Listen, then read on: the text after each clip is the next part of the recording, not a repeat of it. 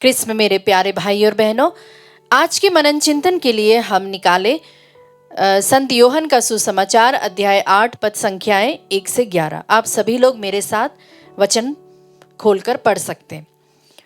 यीशु जैतून पहाड़ चले गए और वह बड़े सवेरे फिर मंदिर आए। सारी जनता उनके पास इकट्ठी हो गई थी और वह बैठकर लोगों को शिक्षा दे रहे थे। उस समय शास्त्री और फरीसी व्यभिचार में पकड़ी गई एक स्त्री को ले आए और उसे बीच में खड़ा कर उन्होंने यीशु से कहा, गुरुवर, यह स्त्री व्यभिचार करते हुए पकड़ी गई है। संहिता में मूसा ने हमें ऐसी स्त्रियों को पत्थरों से मार डालने का आदेश दिया है। आप इसके विषय में क्या कहते हैं? उन्होंने यीशु की परीक्षा लेते हुए यह कहा, जिससे उन्हें उन पर दोष लगाने का कोई आधार मिल जाए। यीशु झुककर उंगली से भूमि पर लिखते रहे। जब वे उनसे उत्तर के लिए आग्रह करते रहे तो यीशु ने सिर उठाकर उनसे कहा, तुम में से जो निष्पाप हो वही सबसे पहले पत्थर मारे। और वह फिर झुककर भूमि पर लिखने लगे। यह सुनकर बड़ों से लेकर छोटों तक सब के सब एक एक कर खिसक गए। यीशु अकेले रह गए और वह स्त्री बीच में खड़ी रही। तब यीशु ने सिर उठाकर उससे कहा, नारी, वे लोग कहाँ हैं? क्या एक ने भी तुम्हें दंड नहीं दिया? उसने उत्तर दिया, महोदय, एक ने भी नहीं। इस पर यीशु ने उससे कहा, मैं भी तुम्हें दंड नहीं दूंगा, जाओ और अब से फिर पाप नहीं करना। यह प्रभु का पवित्र सुसमाचार है। हे क्रिस्त, तेरी स्तुति हो। क्रिस्त में मेरे प्यारे भाई और बहनों, आज का जो यह दृष्टांत है, जब आप इसे विजुअलाइज करते हैं तो ये एक अदालत के जैसे आप इसे देख सकते हैं। बीच में एक स्त्री है, चारों ओर आरोप लगाने वाले लोग हैं और सामने है प्रभु यीशु। यह सिर्फ उस स्त्री की कहानी नहीं है, यह हम सबकी कहानी है। दुनिया पत्थर उठाती है पर यीशु हाथ बढ़ाते हैं। लोगों ने कहा, संहिता में लिखा है इसे पत्थर से मारो, और धर्म के नाम पर, नियम के नाम पर, न्याय के नाम पर याद रखिए, दयालुता बलिदान से बढ़कर है।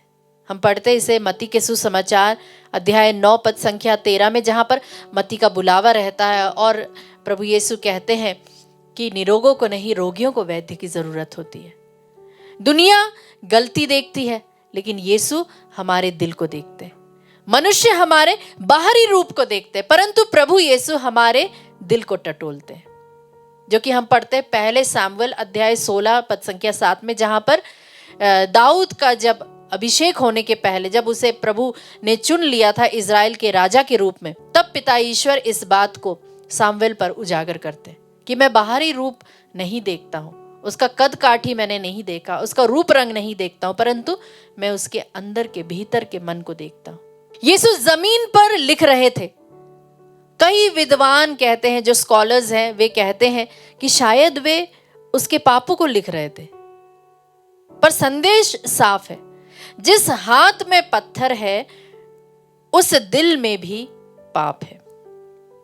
हाँ मित्रों, जिन जिन हाथों में पत्थर थे उन सब के दिल में पाप थे। फिर यीशु क्या बोलते हैं कि तुम में से जो भी निष्पाप हो वह पहले पत्थर मारे। और फिर क्या होता है? पत्थर गिरने लगते हैं। क्यों? क्योंकि सब ने पाप किया है और ईश्वर की महिमा से सभी लोग वंचित हो गए हैं। यह हम पढ़ते रोमियो के पत्र में अध्याय 3 में। जब सब छोड़ जाते हैं तब सिर्फ यीशु रह जाते हैं। भीड़ चली जाती है, आरोप लगाने वाले चले जाते हैं। अब वहां कौन रह जाते हैं? सिर्फ वे 2 लोग, एक पाप में पकड़ी गई जो स्त्री है वो, और जो एक पाप क्षमा करने वाला मसीह। यही है सुसमाचार का सार। प्रभु करुणामय और अनुग्रहकारी है, जो कि हम पढ़ते हैं स्तोत्र 103 में। प्रभु यीशु ने कहा कि मैं भी अब तुम्हें दंड नहीं दूंगा। ध्यान दीजिए, यीशु ने पाप को सही नहीं कहा पर पापी को ठुकराया भी नहीं। उन्होंने कहा, जाओ और अब से फिर तुम पाप मत करना। यानी कि दया मिली है, अब तुम्हारा जीवन बदल लो। यदि कोई मसीह में है तो वह एक नई सृष्टि बन जाता है। हम कौन है? पत्थर फेंकने वाला या पत्थर उठाने वाले? आज यीशु हमसे भी यही प्रश्न पूछते। क्या हम दूसरों की गलतियों पर जीते हैं? क्या हम बहुत जल्दी निर्णय ले लेते हैं? दूसरों पर दोष मत लगाओ, नहीं तो तुम पर भी दोष लगाया जाएगा। ईश्वर हमें याद दिलाते हैं कि हम न्यायाधीश नहीं हैं, बल्कि हम दया के वाहक हैं। आज यदि आप अपराध बोध में हैं, अतीत से आप टूट चुके हैं, समाज ने आपको दोषी ठहराया है, तो यीशु हमसे क्या कहते हैं? मैं भी तुम्हें दोषी नहीं ठहराता, लेकिन साथ में ये भी कहते हैं कि अब से नया जीवन तुम्हें जीना है। जहां पाप बढ़ा वही अनुग्रह और भी अधिक बढ़ा। रोमियो के पत्र अध्याय 5 पद संख्या 20 में प्रभु का वचन कहता है। तो प्यारे मित्रों, पत्थर को गिराओ, दया को उठाओ और नए जीवन की हम शुरुआत करें। आमीन।